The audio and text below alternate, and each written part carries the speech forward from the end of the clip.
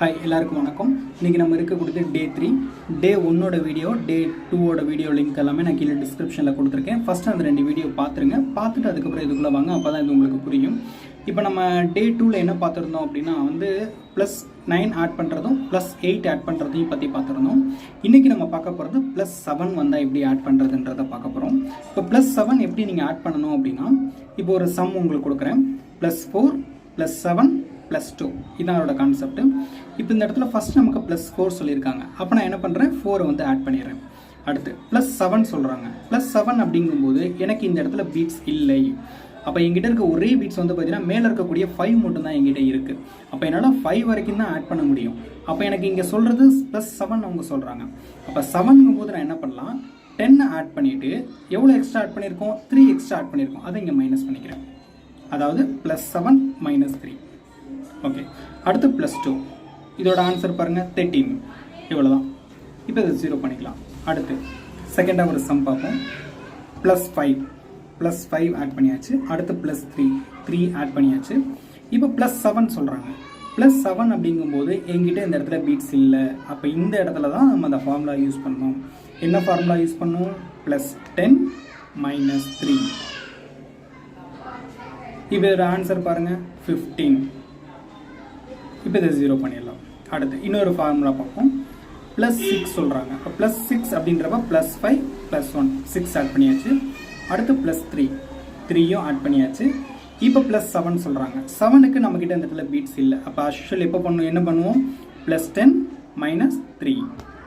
இப்போ நான் ஏன் இந்த இடத்துல 3 மைனஸ் பண்ணுறேன், எனக்கு தேவைப்படுறது 7 தான். ஆனால் நான் ஆட் பண்ணியிருக்கிறது 10 அப்படின்னா எனக்கு தேவைப்படுற 7ஐ விட 3 பீட்ஸ் நான் அதிகமாக இங்கே ஆட் பண்ணியிருக்கேன். அதனால அந்த 3ஐ நான் இந்த இடத்துல லெஸ் பண்ணுறேன். அவ்வளோதான். இதை அப்படியே நீங்கள் கொஞ்சம் கொஞ்சமாக நீங்கள் ப்ராக்டிஸ் பண்ணீங்க அப்படின்னாலே உங்களுக்கு ஆட்டோமேட்டிக்காக இது வந்து ஒர்க் அவுட் ஆகிடும். இப்போ இதோட ஆன்சர் பாருங்கள் 16. இப்போ இது 0 பண்ணியிருக்கேன். இந்த 0 பண்ணுறதுன்றது இது ரொம்ப முக்கியம். நீங்கள் ஒவ்வொரு டைம் நீங்கள் சம் முடிக்கும் போதும் சம் ஆன்சர் பார்த்த அடுத்த செகண்ட் நீங்கள் இதை 0 பண்ணணும். அதுதான். இல்லை ஆன்சர் நீங்கள் டிக்டேஷன் நம்ம பசங்களுக்கு வைக்கும்போது அந்த பசங்க நம்மக்கிட்ட ஆன்சர் சொன்ன அடுத்த செகண்டை பார்த்தீங்கன்னா அந்த பசங்க 0 வந்துடணும். அப்போ தான் நீங்கள் அடுத்த சம் போடும்போது அது கொஞ்சம் கரெக்டாக வரும். அதனால் அதை சொல்லிடுங்க. ரெண்டாவது, இது 0 பண்ணுறதுல இன்னொரு பெரிய ப்ளஸ் என்ன அப்படின்னா, நீங்கள் அந்த ஆன்சர் ஞாபகத்தில் இருந்தால் தான் நீங்கள் 0 பண்ணதுக்கப்புறம் சொல்ல முடியும். அப்போ இந்த பசங்களுக்கு வந்து பார்த்தீங்க அப்படின்னா இந்த ஆன்சர் லைனில் இருந்துக்கிட்டே இருக்குது அப்படின்னா அதை பார்த்து நமக்கு சொல்லிக்கிட்டே இருப்பாங்க. நீங்கள் அடுத்த சம் போடும்போது மறுபடியும் 0க்குள்ளே வந்துட்டு போகும்போது கொஞ்சம் டைம் லேட் ஆகும். நீங்கள் ஆன்சர் பார்த்த உடனே அந்த பசங்க வந்து ஆன்சரை மைண்டில் வச்சுக்கிட்டே இருக்கணும். அதுக்கும் இது ரொம்ப ஹெல்ப் பண்ணாலும் ஃபர்ஸ்ட் நீங்கள் ஆன்சர் பார்த்த உடனே அது 0க்கு கொண்டு வந்துடணும். சரி, அடுத்து இப்போ இதில் இன்னொரு சம் பார்ப்போம். +7. இப்போ எடுத்ததுமே 7 சொல்லிட்டாங்க. அப்போ 7க்கு நம்மகிட்ட பீட்ஸ் இருக்குது. அதனால் +7 வந்து ஆட் பண்ணியாச்சு. இப்போ +2 சொல்கிறாங்க. அப்போ +2 சொல்லியாச்சு. இப்போ இன்னொரு 7 சொல்கிறாங்கன்றப்ப இங்கே நம்மக்கிட்ட பீட்ஸ் இல்லை. அப்போ +10 - 3. இப்போ இதோட ஆன்சர் பாருங்கள் 16. இவ்வளோதான். இந்த மாதிரி தான் நீங்கள் என்ன பண்ணணும் அப்படின்னா இந்த சம்ஸ் எல்லாமே வந்து ரெடி பண்ணணும். சரி, இப்போ இதை 0 பண்ணிடலாம். இதில் இன்னொரு சம் ஒன்று ட்ரை பண்ணி பார்ப்போம். +3. அப்போ +3ன்றப்ப 3 பீட்ஸ் நான் இந்த இடத்துல ஆட் பண்ணுறேன். அடுத்து +6 +5 +1 +6 ஆட் பண்ணியாச்சு. நீங்கள் நல்லா ப்ராக்டிஸ் ஆனதுக்கப்புறம் +6னால் இப்படியே கூட நீங்கள் ஆட் பண்ணலாம். இப்போ இந்த பிகினிங் ஸ்டேஜில் இருக்கிறதுனால நான் உங்களுக்கு இந்த மாதிரி நான் வந்து சொல்கிறேன். இப்போ இந்த இடத்துல +7 சொல்கிறாங்க. அப்போ நம்மகிட்ட பீட்ஸ் இல்லை. அப்போ +10 - 3. ஆன்சர் வந்து 16. இப்போ இது 0 பண்ணிடலாம். இது வந்து +7.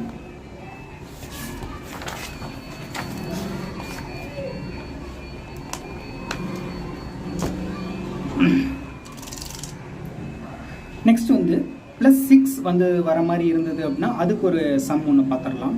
ஃபர்ஸ்ட் வந்து +4 சொல்கிறாங்க. அப்போ +4 ஆட் பண்ணியாச்சு. அடுத்து +5. அப்போ +5ஐயும் ஆட் பண்ணியாச்சு.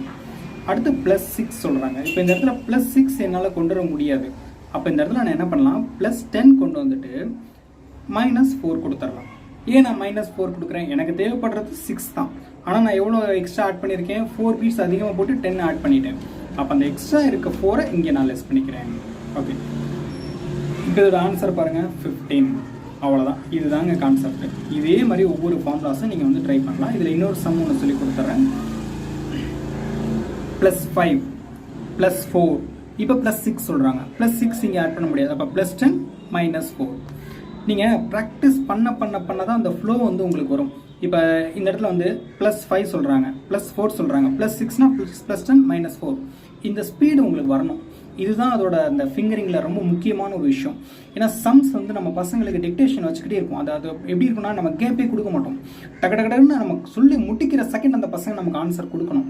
அந்த ஒரு ஃப்ளோ நீங்கள் கொண்டு வரணும் அப்படின்னா நீங்கள் அந்தளவுக்கு நல்ல ட்ரெயின் ஆகணும். அப்போ ட்ரெயின் ஆகணும் அப்படின்றப்ப உங்கள் கை ஆட்டோமேட்டிக்காக அந்த இடத்துக்கிட்ட போகணும்.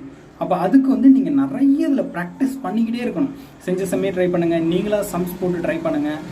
புக்ஸு என்கிட்ட வாங்கியிருந்தீங்க அப்படின்னா அந்த புக்ஸை வச்சு நீங்கள் ட்ரை பண்ணுங்கள்.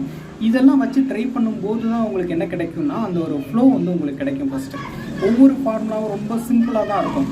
இதான் எனக்கு தெரியாதா அப்படின்னு போயிட முடியாது. இப்போ நம்ம ப்ராக்டிஸ் பண்ணுறது இந்த ஸ்பீடுக்காக தான் நம்ம வந்து ப்ராக்டிஸ் பண்ணுறோம்.